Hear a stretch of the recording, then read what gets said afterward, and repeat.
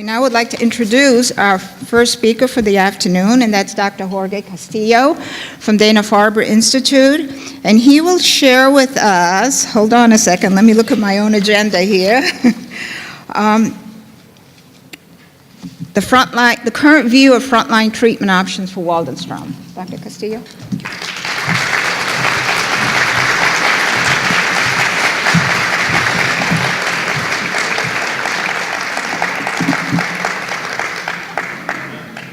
That is unnecessary. Everybody who knows me, you know that I believe this is completely unnecessary. But thank you very much. I'm going to take a picture of you guys, if you guys don't mind. Panoramic view. There you go. All right. Send to my mom. All right. She's the only one who really, anyway. So, many of you already know me. Many of you are patients in my practice, the Dana-Farber Cancer Institute, and I must just say that I'm thrilled to be here. This is an amazing turnout. This is an amazing group. This is the room with the highest IgM anywhere in the country.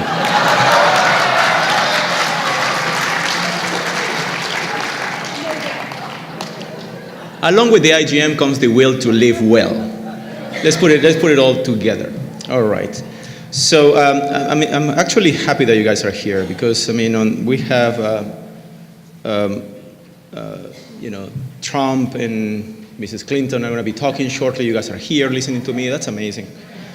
In any case, for those of you who do not know who I am or what we do, I belong to the Bing Research Center for Waldenstrom's at the Dana-Farber Cancer Institute. And this is a research center that was formed more than 10 years ago. Dr. Peter Bing was one of the founders, along with Dr. Stephen Treon. And about 3 years ago, this mutation called MYD88 was discovered in patients with Waldenstrom's. And that's the mutation that got me hired. So we realized that it was going to be very busy from the laboratory perspective to continue, seeing patients and running laboratories at the same time. So that's where I came around. I came to Dana-Farber, and the first question they asked me is, how much laboratory time you want to have? And I'm like, none. I want to see patients. I want to run clinical trials. And I've been doing that for the last 3 years. Now, we get to see about 750 patients with Waldenstrom's every year at our center. And that, I think, makes us the largest clinic in the country for this condition. Having said that, I don't think it's fair for me to tell you that I know everything about the disease. I don't. I keep learning from all of you every day. But whatever we learn, we apply to a patient. We learn from that patient, and then we apply to the next patient. And that's the only way that we can move around helping and people live better. All right. So as a matter of introduction, now, today I'm going to be talking about frontline treatment options in Waldenstrom's. And they allowed me, around 40 minutes. I might go a little over, if you guys don't mind. Okay, so these are my disclosures. I'm mandated to put this slide in there so you know where I get money from besides my salary. And 1, 2, 3, that's it. Good. We cannot talk about Waldenstrom's without talking about Waldenstrom's. And this is something that you have heard me talking about before. Dr. Jan Waldenstrom's described Waldenstrom's macroglobulinemia in 1944. It was a very difficult time in the world.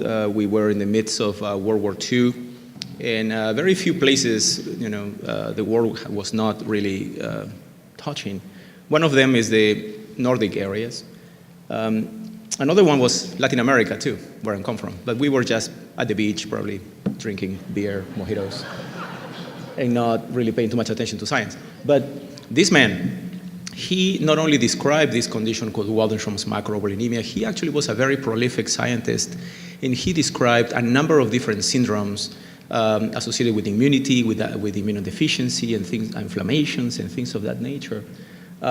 So he was an amazingly prolific physician. So one day he was being praised of how prolific he was.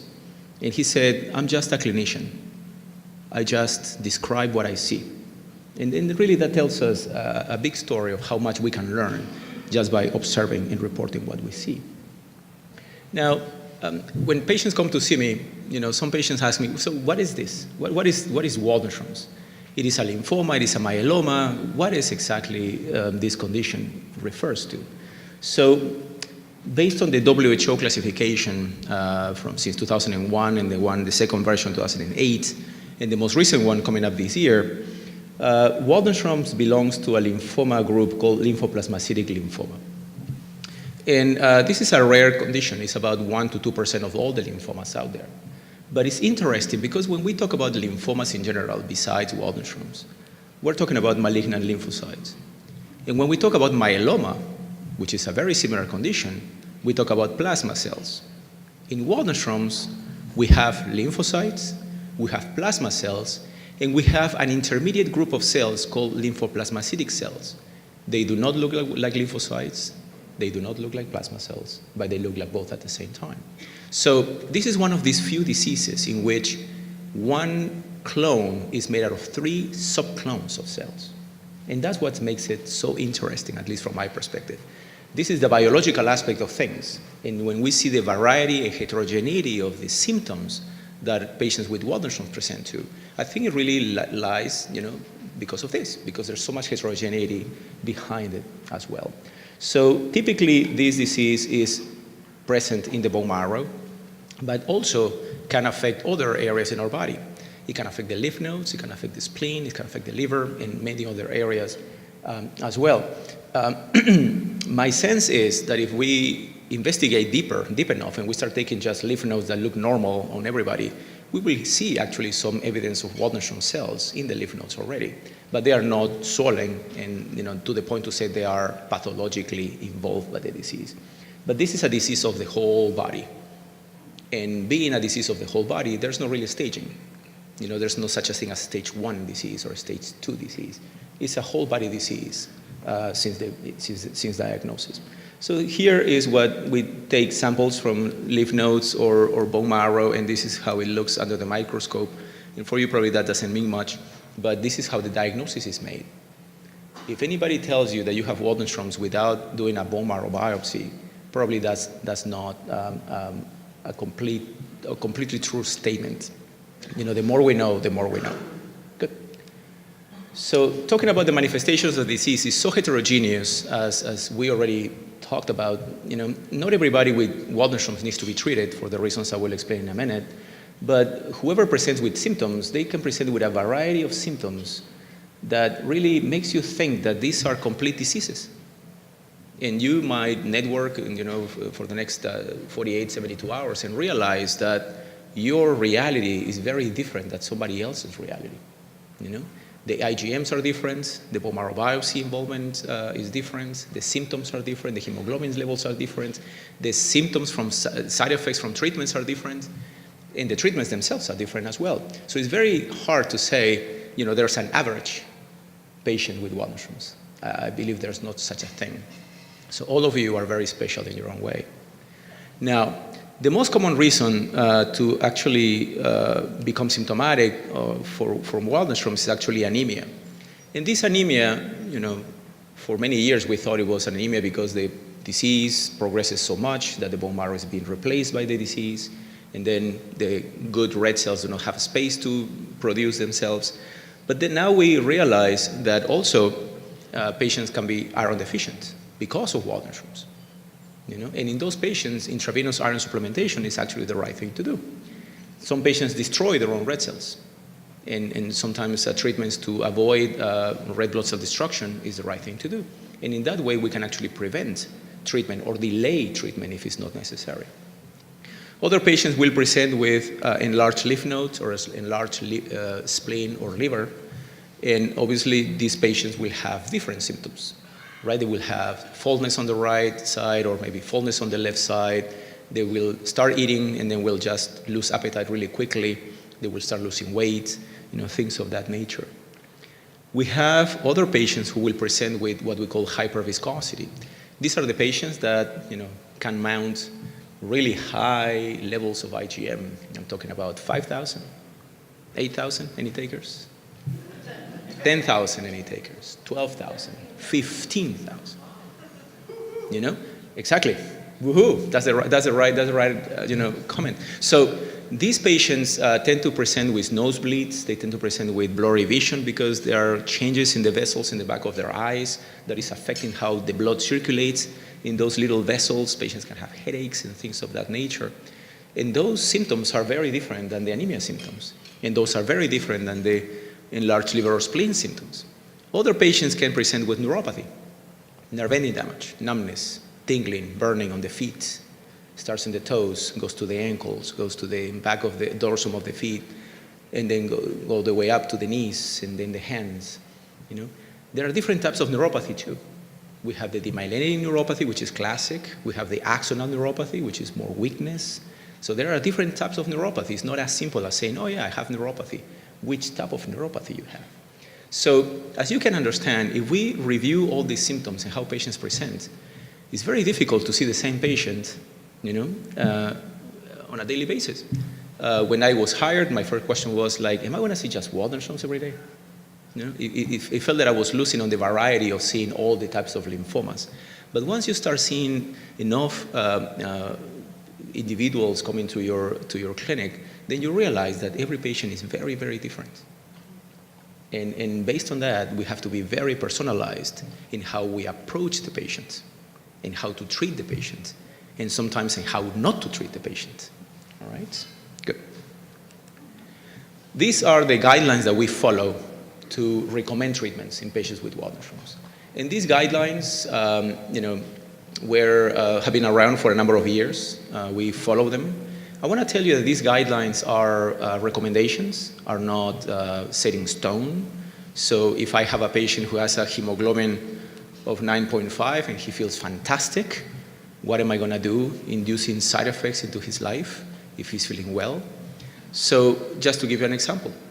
So in that specific sense, these are markers that tells the clinicians which patients are more likely to benefit from treatment, to feel better with treatment if a response is achieved with treatment. So one of them is anemia, hemoglobin less than 10, low platelets, hyperviscosity, moderate to severe neuropathy that affects the patient's quality of life, of activity of daily living. A large number of patients with neuropathy have a mild neuropathy. They can still do everything they want to do. So those patients are not being affected greatly by the disease. In those scenarios, we're better off not treating the patient because those symptoms can continue, not progressing for a number of years. If you have symptomatic lymphadenopathy or hepatosplenomegaly, or if you have any other rare events that can happen, such as cryoglobulins, cold agglutinins, amyloidosis, or any other type of autoimmune related event. So again, these are guidelines, and with the patients we need to review what the needs of the patient are before making a decision in terms of treating. Now, we'll talk about the different types of treatments that we have available, and I'm not going to present them in a specific order of preference. It's just what we have available out there, and we'll talk about the good things about each treatment, the bad things about each treatment. It has to be a balanced discussion based on this. So first of all, I want to talk about rituximab. Rituximab is a very good old friend of ours. We've been using rituximab for over 15 years now, not only for lymphomas, but also for Waldenstrom's, and I'll show you a graph a little later about that. It is an antibody, and being an antibody is a large molecule. So whoever has received rituximab, they have received it intravenously. And what happens is these cells, these molecules, drive themselves into the malignant cells and basically coat the malignant cells from the outside. This antibody is directed against a molecule called CD20. And CD20 is present in some of the malignant cells and some of the good cells that we have, but not all of them, just a small proportion of our cells. So it immediately goes and coats those cells that have this CD20 line in the membrane, hoping that it will attack more the malignant cells than the good cells. It never really enters the cell. It just does everything from the outside, which is interesting. So coats the cell, activates your own immune system to actually attack the malignant cells, and as an antibody itself, it pushes the cells to die. So no wonder, there's an inflammatory reaction to this. right? If you're activating your own immune cells to try to kill the malignant cells, patients will not feel too well when they get this treatment. Sometimes they can feel fevers and chills and a number of other reactions, rashes and things like that, typically during the infusion. But also, even after the infusion is completed, patients go home and they tend to have fevers a couple of days later, 2 or 3 days later, which is just a manifestation of the immune battle that is going on inside their bodies to actually, for the treatment to actually kill the malignant cells. So the first study that came out in 2001 was by my good friend and mentor, Dr. Stephen Treon. He just put together a retrospective study over 30 patients from different institutions in the country and the world. And patients receive anywhere between 1 and 11 infusions, and it was given alone, with the pre-medications as typical, the usual infusion, but nothing else besides rituximab. And the average IgM went from 2,400 to 1,500, so that was at least a 40% decrease on the levels. The bone marrow involvement decreased from 60 to 15%, and it was deemed that this treatment, in comparing to the old-fashioned chemotherapy, included a 60% response rate. And in this scenario, it was very, very encouraging to see these numbers in patients with Waldenström. So that prompted a number of prospective studies. The best way to try a new treatment is through a prospective study. And us being part of a research center, we typically advocate for patients to participate in clinical trials. Any treatment that we're going to be talking about today, at least in the beginning of the lecture, was a clinical trial at some point in the past. So the clinical trials of today are the standard of care for the future. And that's my just plea to the attendance here to participate in clinical trials whenever possible. There were 2 studies looking at rituximab. This was published more than 10 years ago. We have the Greek experience here on the left, and we have the American experience here on the right. I mean, as you can see, very small group of people, 17 patients in one study, 29 patients in the other study, but that's very typical for Waldenström's. We will never see those numbers that we see in breast cancer or prostate cancer, 100,000, 10,000 patients. That is not going to happen in Waldenström's. But this is what we need to, this is what we have to work with. So we need to make the best out of it. So in one study, we have about 40% response, in the other one around 65% response. But we learned that responses with ibrutinib, with rituximab take a while. Take about 3 months, 4 months, in some patients up to 6 months to actually see the responses.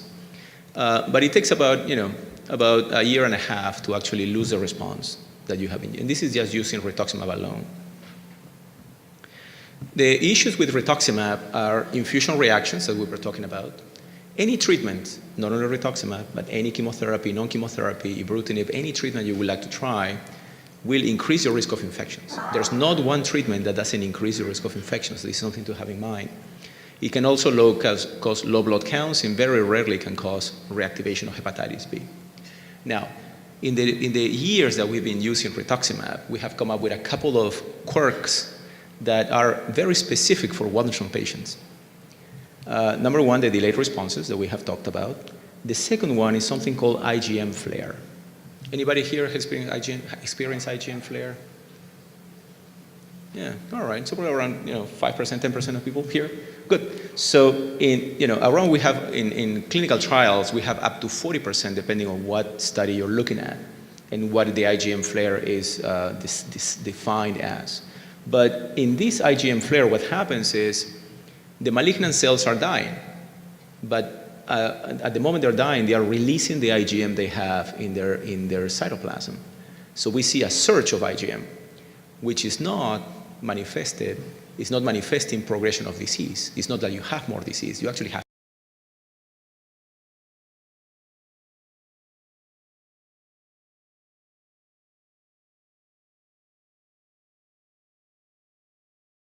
an IgM of 6,000, and you just go up to 7,000 or 8,000, it could be a problem. It can make the patient more symptomatic.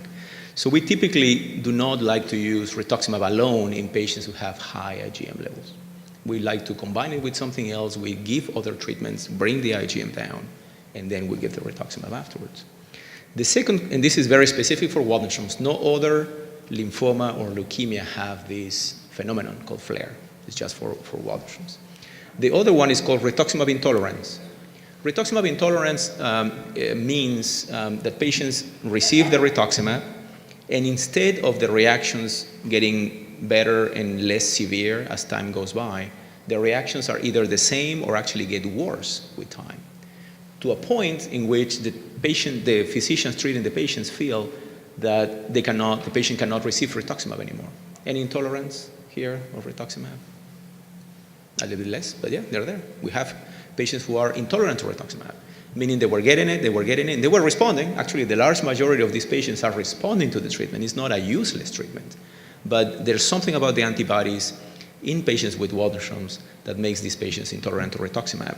So in our database, about 7% of patients. When I went back and I looked at the database for follicular lymphoma, for marginal zone, for chronic lymphocytic leukemia, the rates of discontinuation is 0.5 to 1%.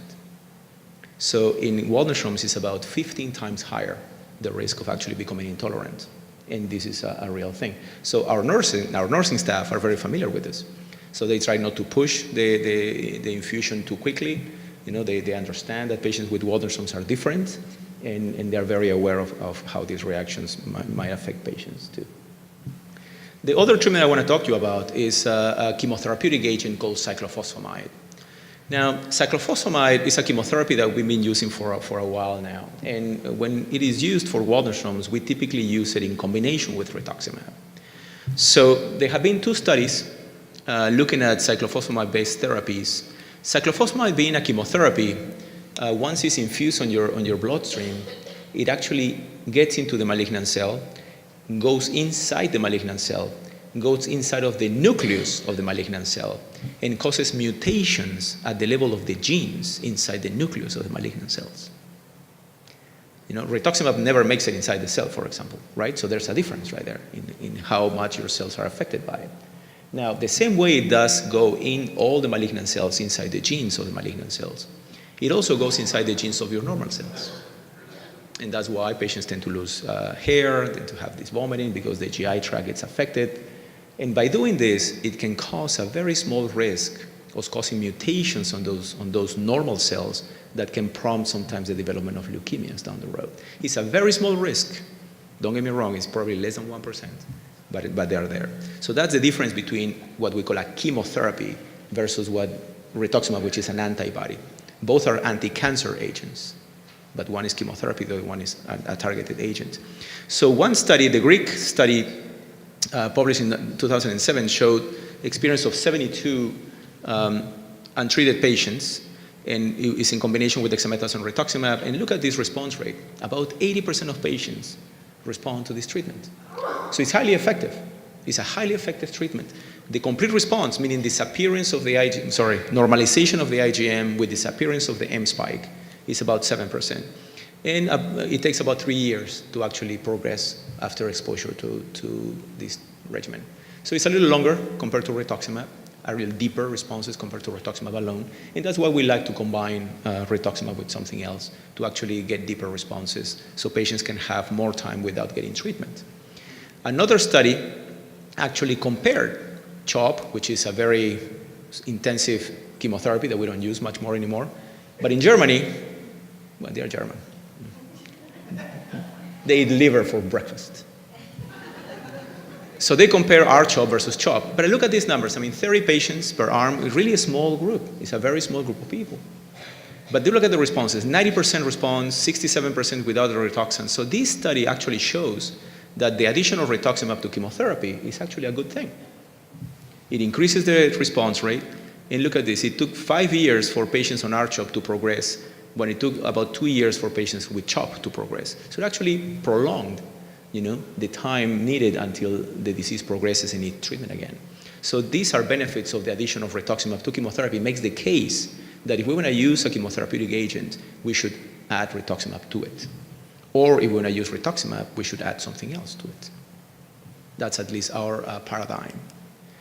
The disadvantages of this chemo is hair loss, obviously. Like most chemotherapeutic agents, it can give you hair loss. It can decrease your blood counts, nausea and vomiting, the risk of infections. And this is what I wanted to focus on. Secondary leukemia, about 1%. It's not a lot, but it is there. And when it happens, obviously, it's a hard to treat leukemia.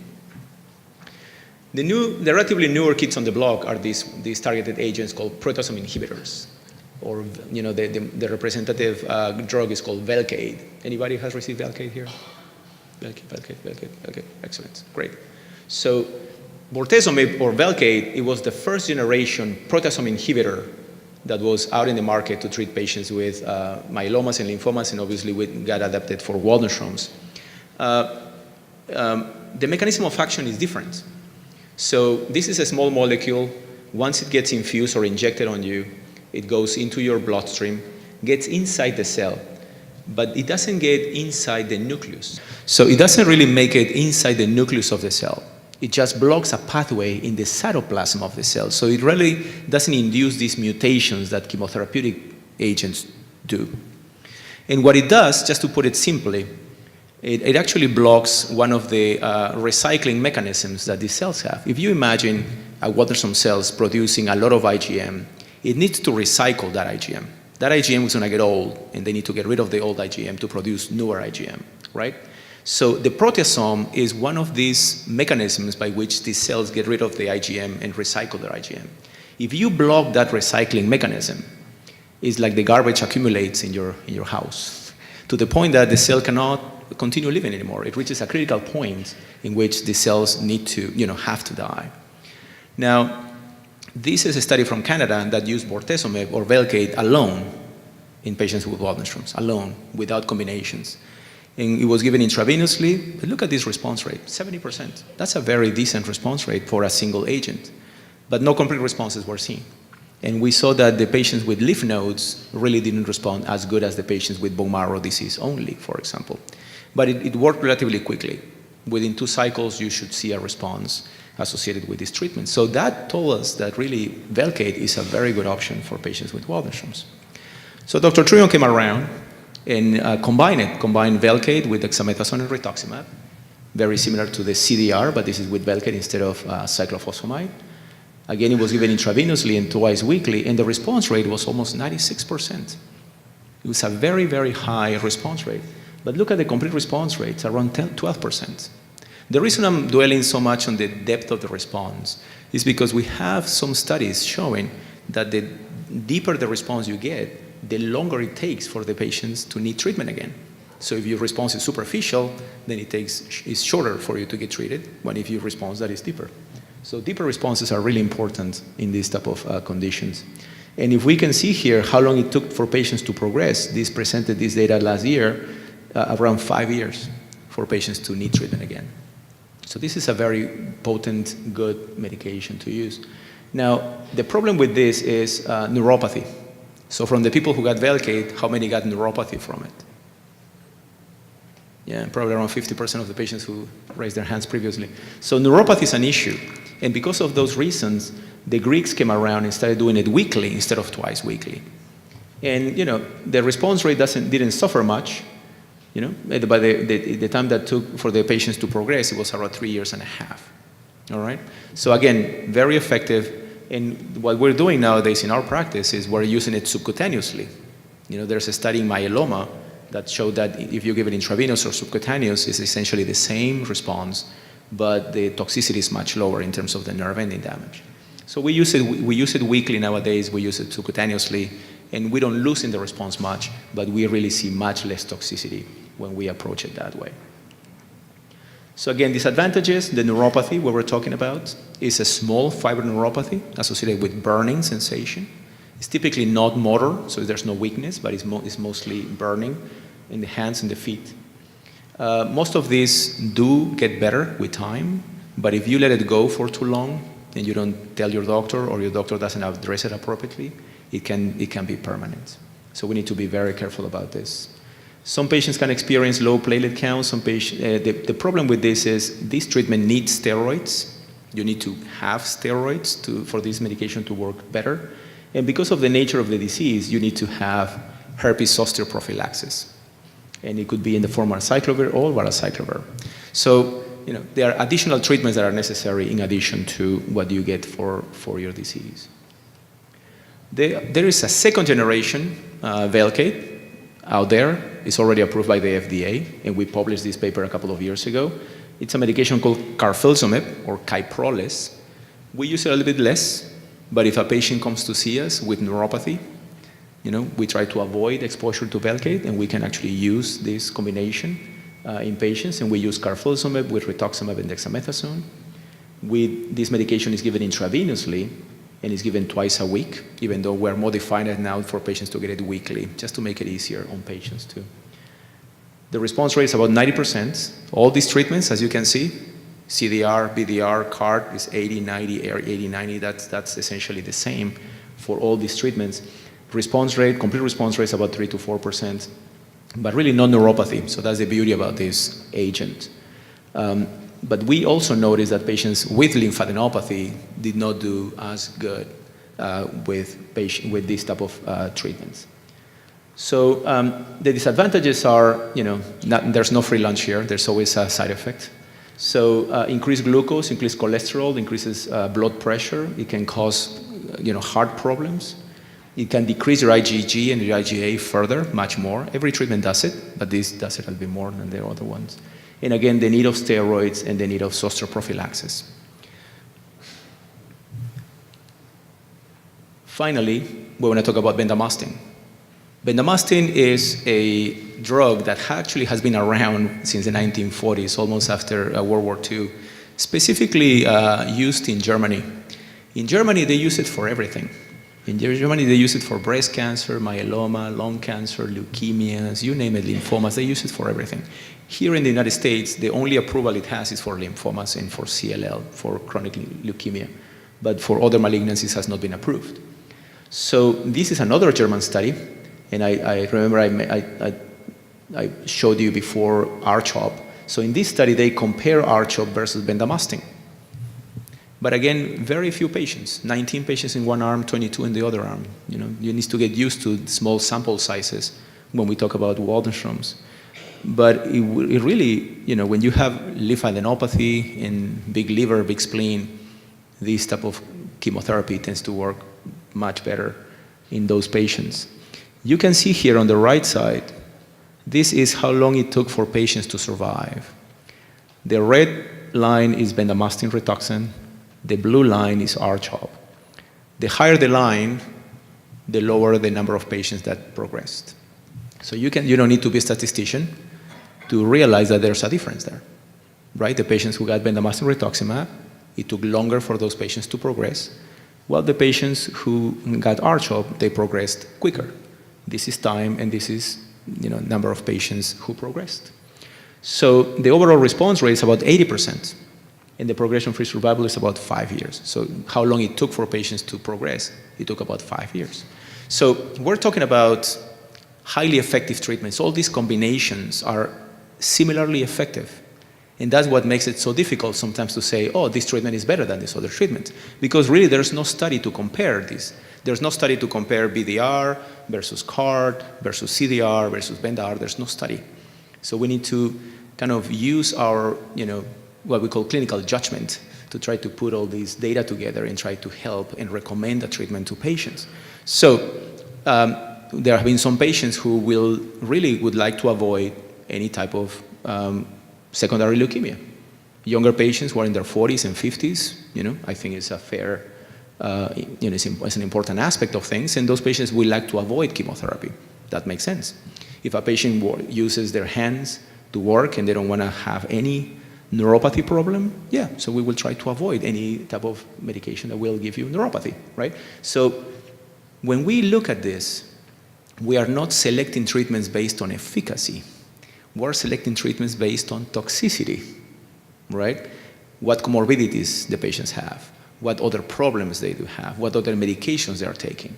And that's how we are, we should personalize our treatments for patients. Good. The disadvantages of bendamustine, there's a potential stem cell toxicity for patients who are candidates for transplants later. But this is not something that the Germans have actually proved. They have shown in a study that there's no problem for stem cell collection, but there is always a concern that might be the case. Low blood counts, infusion reactions, and again, a 0.5% chances of developing a secondary leukemia, usually within 5 years of exposure to bendamustine. It's a chemotherapy. So being a chemotherapy will give you that risk of secondary leukemias down the road. This is something that is very debatable, and I'm presenting this data because we have a study supporting this. It's called maintenance. And some institutions in the world will recommend maintenance, some institutions do not recommend maintenance. And obviously I am biased towards a maintenance, but I will explain to you why that is the case.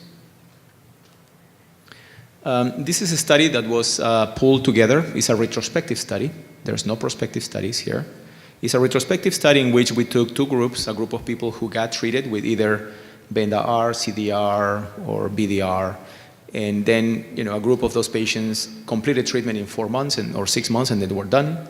And then the other group completed treatment, and then they continued getting a maintenance treatment, usually with rituximab given every 3 months for a couple of years. And there were a total of 240 some patients in the maintenance. I think there were about 75% of the patients, and the patients who didn't get maintenance was a little lower in terms of the percentage of those patients. But you can see here, when we look at how long it takes for patients to progress, we see that the people who get the maintenance, it takes longer for those patients to progress compared to the patients who do not get the maintenance. And in terms of overall survival, I don't know if I believe this graph. It looks like nobody dies on maintenance rituximab. I don't think that's true. So rituximab doesn't make you immortal. That's not what this graph shows. So, and that's the issue. That's the issue with retrospective studies. They are biased. There is no randomization in there. So the Germans are actually going to answer this question very shortly. They have done bendamustine Rituxan, and after completing 6 cycles of bendamustine and rituximab, a randomization is done, and half of the group does not get maintenance, and the other half do get maintenance. So I hope we will have those answers, shortly. That has been going on for a while, but they haven't reported on the results of that yet. If they show that, if they show a benefit, then in a prospective study, then I think that will be a stronger recommendation. In other conditions, like other lymphomas, like follicular lymphoma, marginal zone lymphoma, maintenance is actually recommended based on similar studies. This is not without problems. Patients have their likelihood of having infusion reactions, the more exposure to rituximab, increased risk of infections, and obviously your IgG and your IgA levels might drop further while you are on this treatment. Now I want to show you something hot off the press. I just got it this morning, and you're going to be the first ones to actually see this. Don't tell anybody. I'll deny everything. This is hot off the press. This is a paper that we are about to publish, and you will be seeing this data shortly, but this is a graph that we took from a database called the CXCR Medicare database. CXCR is an epidemiological database in which about 30% of all the cancer cases in the country make it to this database, and they use a representative sample from different parts of the country. And then we pair that database with the Medicare database. This is for patients who are older than 75, the 65 who have Medicare will be part of that database as well. So it is not representative of the whole country, number one. It is not representative of patients who are younger than 65, number two. And it's not representative of patients who have fancy insurance, right? Number three. So you have to understand those caveats. There's no study that is perfect. And if somebody comes out here and tells you my research is perfect and has no weaknesses, they're lying to you on your face. All right. So this is hot off the press. This is the 1990s, this is the 2000s, this is 2010, and all the way to the 2013. So as you can see here, the most important aspect of things is rituximab. Single agent is the black bar. 1999 was not even approved yet. And people were already using it, which is awesome. And then very, very quickly, within 2 or 3 years, it really, got to the point that 50% of patients had been using single-agent rituximab. The other side of the coin is 50% of patients with Waldenström's are getting rituximab because their doctors are giving them single-agent rituximab. The patients are not going there, oh, I want single-agent rituximab. So the patients are actually getting single-agent rituximab at 50% for the last 10 years. And this is the regimen that is mostly used in patients who are in the Medicare system as a single agent, despite the fact of the flare, despite the fact of the rituximab intolerance, despite the fact of the shorter progression-free survival, despite the fact of the more superficial responses. Rituximab continues being, single agent continues being the most commonly prescribed medication in the country. Now, let me see here. The yellow one is bendamustine, so you can see how, in 2009 was approved, and then 10 and become a little bit more important. Bortezomib is the green one, so very, very little until 2008, and then it kind of picked up a little bit and is growing. So nowadays, I think this is more of a representation of what we're doing with our patients. So patients are getting bendamustine Rituxan, they're getting Valkyr Rituxan, and they're getting rituximab alone. A very small fraction get fludarabine. This is something that I have not mentioned because we're delaying that for relapse disease. And probably Dr. Matus coming up later will talk to you about fludarabine a little bit more. And very, very few, this light blue piece up here, those are the only patients who are not getting rituximab frontline. So rituximab is part of the treatments for our patients, in I would say 97.5% of the cases. So this is hot off the press, just for you. Hey, I'm not done yet, I think. So let's talk about new directions. Very briefly, I want to talk about ibrutinib because there's 5 minutes. Excellent. 7. All right. So whole genome sequencing showed that patients with Waldenstrom's carry a mutation in this gene, the MYD88 gene, and it causes by this specific mutation in position 265. Scientific community, as you can understand, is very skeptic. In God we trust. Everybody else needs data. And this is the confirmatory studies. Look at this. From our group, and then the French and the Italians and NIH, the Spanish, France, Greeks, I think this is Austria, Japan, and the Mayo Clinic in India. I mean, it doesn't really matter where are you, who you are, where you're coming from. If you have Waldenstrom's, 95% chances you have the MYD88 mutation. So that has become a standard. And the new WHO classification from 2016 includes MYD88 as part of the definition for the diagnosis of Waldenstrom's. This is Dr. Wang Yang, the one who said, well, now we have a mutation, let's look deep into that. And this is a very complicated panel of how the MYD88 triggers survival in patients with cancer, with Waldenstrom's. But I want to bring you here. BTK is one of the first pathways that gets activated once MYD88 signals for survival. And that's why we run this study. And I think Dr. Matus will give you more information on this study. So very briefly, I want to show you what this does. This is IgM. Each line is one patient. So you see the IgM nicely dropping very quickly, very fast. This is hemoglobin. You don't need to be a statistician to know that this is a significant change. Each line is one patient, so we see the hemoglobin improving very early on, very quickly as well. On the other hand, each bar is one patient. The dark green is the bone marrow involvement before treatment, and the light green next to it is the bone marrow involvement in the same patient after treatment. And we see here there is a number of patients in whom the amount of involvement of the disease hasn't changed.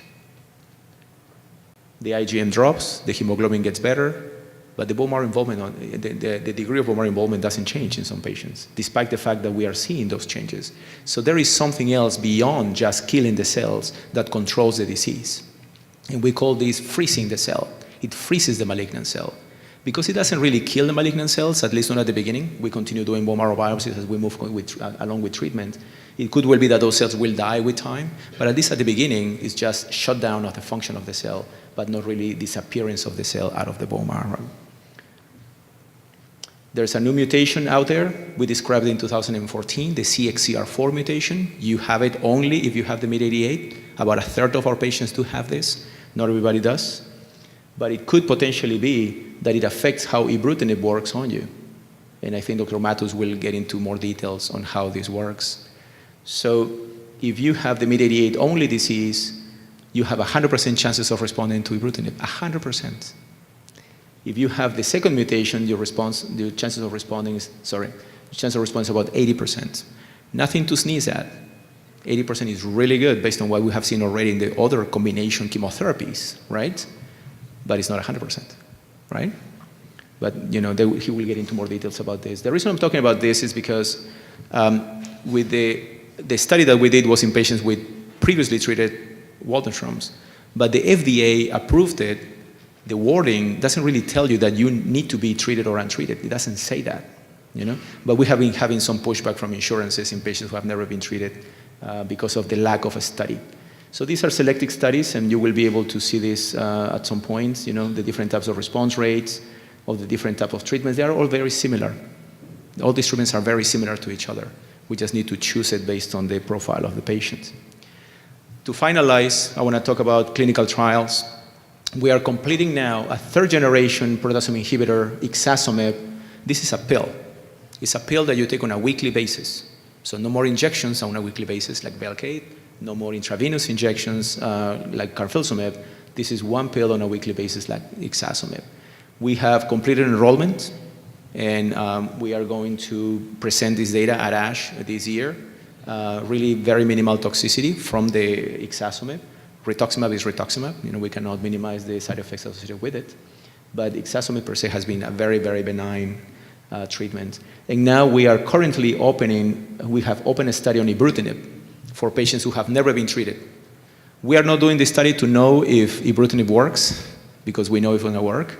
But we are doing it because we are actually doing whole genome sequencing on every patient once a year for the duration of the study. What we want to learn is how our treatments affect the malignant cells.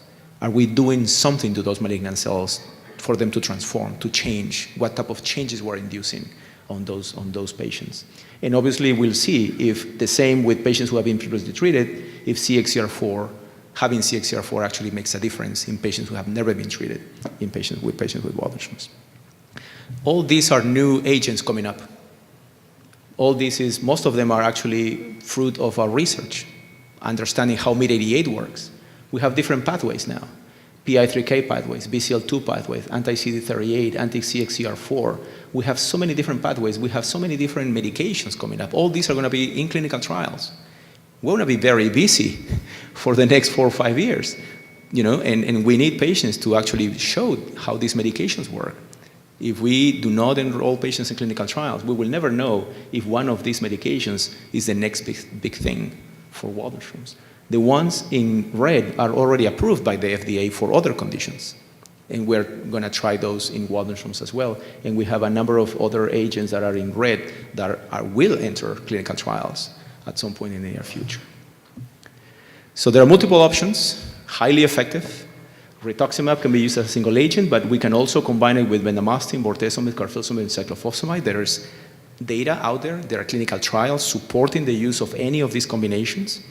And there are really exciting clinical trials with oral agents that are ongoing. And future treatments are likely, in my mind, to be less toxic and probably more effective. And walking our way towards getting complete responses, durable complete responses, and to patients to live longer with better quality of life. Thank you very much for your time.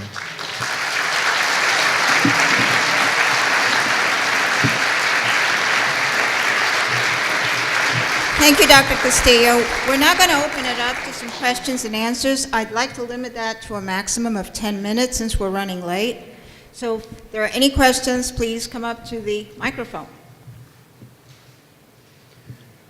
Well, you guys on your way over, can I take a selfie with you guys?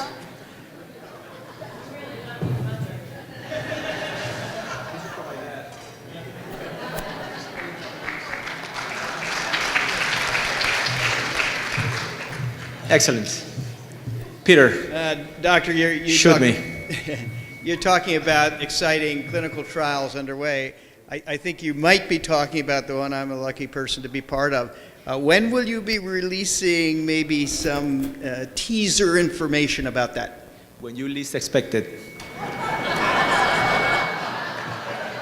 So we are going to be probably analyzing 18 out of 26 patients for the hematology meeting in December this year. Because, I mean, to be fair, the best data that can come out from what we do is with longer follow-up. So ideally, everybody would have to complete their study, you know, a year and a half of treatment based on the ixazomib study, and then at least maybe have an additional year of follow-up. That will be the most definitive amount of data that we can present. But we will present some preliminary data probably in December. If we are lucky enough and we find, you know, important information for the Waldenstrom workshop in October in Amsterdam, we might present some preliminary data there too. But I'm not completely sure about that. More likely the meeting in December. Help me understand when you decide to use Rituxan and just manage the WM, and when you decide, because you mentioned that if you get a better response, that's better for some patients, when you decide to treat them with more than Rituxan, how do you make that decision? Yeah, great question. So I want to make very clear that my answer is my practice. You know, there is no randomized study to support what I'm going to say, because really there's no study to support what I'm going to say. It's just our practice and what we believe. I do believe that in patients, for example, who have, you know, are very symptomatic from their disease, they need a fast response, they have neuropathy, they have kidney dysfunction, they have a pleural effusion because of the disease. I mean, those patients need something more than just rituximab, single agent. So my practice typically is to combine rituximab with something else. I have not given single agent rituximab to the large majority of my patients, contrary to what you see done in the community. You know, the graph that I showed you is a community-based information for patients who are older than 65. So I tend to use a combination with rituximab. Now, there are some patients that I feel or believe might not do well with Velcade or chemotherapy. They are maybe elderly, they have poor performance status, they have other coronary, pulmonary problems, they have other issues. You know, in those patients, I'm more likely to use rituximab single agent. But to be honest with you, I can count with the fingers of my hand how many patients I have treated with single agent rituximab in the last 3 years. Hi, I've been talking with various people, and it sounds like a number of people have had a number of bone marrow biopsies. So I'm sort of curious about when and how many. Just for myself, I've only had the one for diagnosis, and I know that I have the MDY88 mutation, but I asked my doctor about the other, the CXCR, and she said that they've archived my bone marrow and that they can just use that to find out whether I have it. Good. So that's a good question too. So we typically do a bone marrow biopsy for diagnostic purposes, right? And if it reaches a time in which patient needs to get some type of treatment, we tend to do another bone marrow biopsy at that time, you know? And after that, really only when the patient needs to be treated, we do another bone marrow biopsy. Unless there is a situation in which we don't know if the patient is relapsing or progressing or not responding to treatment. So when it's unclear what is happening because of an IgM flare or for other reasons, sometimes we tend to do bone marrow biopsy in those scenarios, or because we feel there has been a change. You know, there's an anemia that cannot be explained by the IgM, maybe there's something else going on in the bone marrow, maybe a leukemia is coming up, maybe a transformation is happening into a more aggressive disease. So there are different scenarios, clinical scenarios, in which, you know, really, you know, warrant doing a bone marrow biopsy. Now, when patients come to my clinic, you know, I tell them, you know, maybe you're scheduled to have a bone marrow biopsy today, but it's not mandatory based on your clinical aspect of things, you know, and we do that all the time. We try to have the spot for the bone marrow biopsy to be done to make sure that we're not going to run out of space, but if we don't need it, then sometimes we can cancel it, all right? And some patients say, well, I'm already here, why don't you just do it, right? Well, it's like, well, you know, that's a different story, but as long as the patient understand that it's not clinically necessary to have a bone marrow biopsy at that moment, and they want to have it because they want to know their CXCR4 mutations or the MYD88 mutation. So typically a diagnosis in when treatment is necessary or when something is not clear. Those are the time scenarios. Now the CXCR4, for CXCR4 testing, we need to do whole genomes. We need to do the entire CXCR4 gene sequencing. And for that, you need fresh tissue.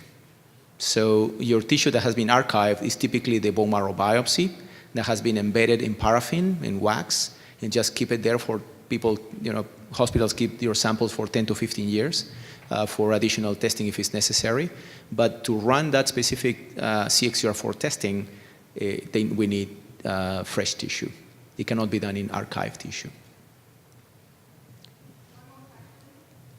Would you comment on the reliability of testing for MYD88 in the peripheral blood versus the bone marrow, particularly in someone who's had a partial response? Absolutely. So MYD88 was detected in the bone marrow environment of our patients. So we have published recently a study in which we were looking for MYD88 in the peripheral blood, try to see if we can avoid doing another bone marrow biopsy in some patients, right? So we have discovered that if we check MYD88 in the peripheral blood in patients who have never been treated, it's very reliable. It is really as good as getting a bone marrow biopsy. But in patients who have had any type of treatment, rituximab alone, or Valkyr, or bendamustine, or chemotherapy, then the sensitivity of the peripheral blood MYD88 testing decreases dramatically. So what I tell my patients is, we can get the MYD88 in the peripheral blood. If we find the mutation, then we know you have it. But if we don't find it, I'm not sure that you don't have it. And then a bone marrow biopsy might be needed anyway at some point. So untreated, I think is relatively fine. I don't know if the insurance will pay for that, but previously treated, bone marrow is the best way to go. Thank you very much.